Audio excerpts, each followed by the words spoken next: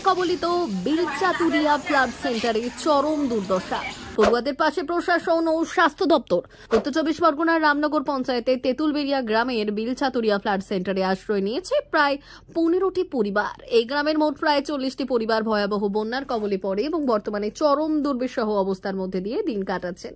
প্লাবনে ঘরছাড়া হয়ে আশ্রয় নিতে হয়েছে অস্থায়ী ত্রাণ কেন্দ্রে। এই ত্রাণ শিবিরেই রয়েছে উচ্চ মাধ্যমিক পরীক্ষার্থী সহ বহু পড়ুয়া।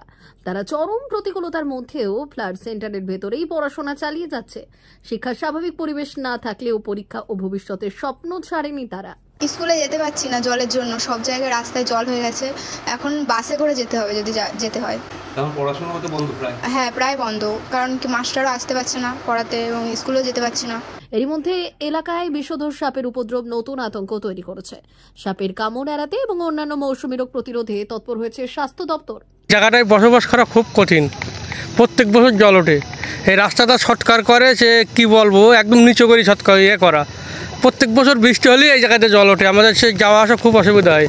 এই রাস্তাটা কোনো রকম ঠিক করে না সরকার। সাপে কামড়ের অ্যান্টিভেনম, সর্দি, জ্বর, কাশি সহ জরুরি প্রয়োজনীয় ওষুধ ফ্লাড সেন্টারে পৌঁছে দেওয়া হয়েছে। পাশাপাশি স্বাস্থ্যকর্মীরা বাড়ি বাড়ি ঘুরে দুর্গতদের খোঁজ খবর নিচ্ছেন এবং প্রাথমিক চিকিৎসা পরিষেবা দিচ্ছেন। এখানে সামান্য বৃষ্টি না, প্রচুরই বৃষ্টি হচ্ছে। তারপরে নদীর জল ওভারফ্লো হয়ে নদী আজকে নাব্যতা হারিয়েছে। কোন নদী? ইছামতি নদী। এবং আমাদের পার্শ্ববর্তী পাশ দিয়ে বয়ে গেছে যমুনা নদী। ইছামতি আর যমুনার এই যে সংযোগের স্থল টিপিরি ঘাটের কাছে, এটাই বন্যার মূলত কারণ। এই পরিস্থিতিতে শনিবার ফ্লাড সেন্টারে পৌঁছলেন উত্তর চব্বিশ পরগনা জেলা পরিষদের সভাধিপতি নারায়ণ গোস্বামী, স্বাস্থ্য ও পরিবেশ কর্ম দপ্তরের প্রতিনিধি অজিত সাহা, গাইঘাটা পঞ্চায়েতের সমিতির সভাপতি ইলা বাগচি, বনগাঁর এইচডিও উর্মি ঘোষ, বিডিও নীলাদ্রি সরকার সহ একাধিক প্রশাসনিক আধিকারিক। তারা দুর্গত পরিবারের সঙ্গে কথা বললেন এবং শিবিরের পরিস্থিতি সরেজমিনে খতিয়ে দেখলেন। প্রত্যেকটা জায়গাতেই মেডিকেল টিম প্রত্যেক বিওবেজ ব্যবস্থা করছেন, রুটিন চেক আপ রেগুলার হবে। এছাড়াও যারা জলের মধ্যে ক্যাম্পে নেই, বাড়িতে আছেন, তাদেরও যদি কোনো অসুবিধা হয় সেটাও চিকিৎসার ব্যবস্থা হচ্ছে। রেগুলার কোর্সে তাদেরকে চেক আপ হবে। সভাধিপতি নারায়ণ গোস্বামী আশ্বাস দিলেন, দুর্গতদের পাশে প্রশাসন রয়েছে এবং যত দ্রুত সম্ভব সব রকম প্রয়োজনীয় ব্যবস্থা গ্রহণ করা হবে। বেশি পরিমাণ জল স্বল্প পরিসরে নদী দিয়ে যেতে গেলে এলাকা, পার্শ্ববর্তী এলাকা জলমগ্ন হবে, সেই বিষয়টা কিন্তু এখানে আছে।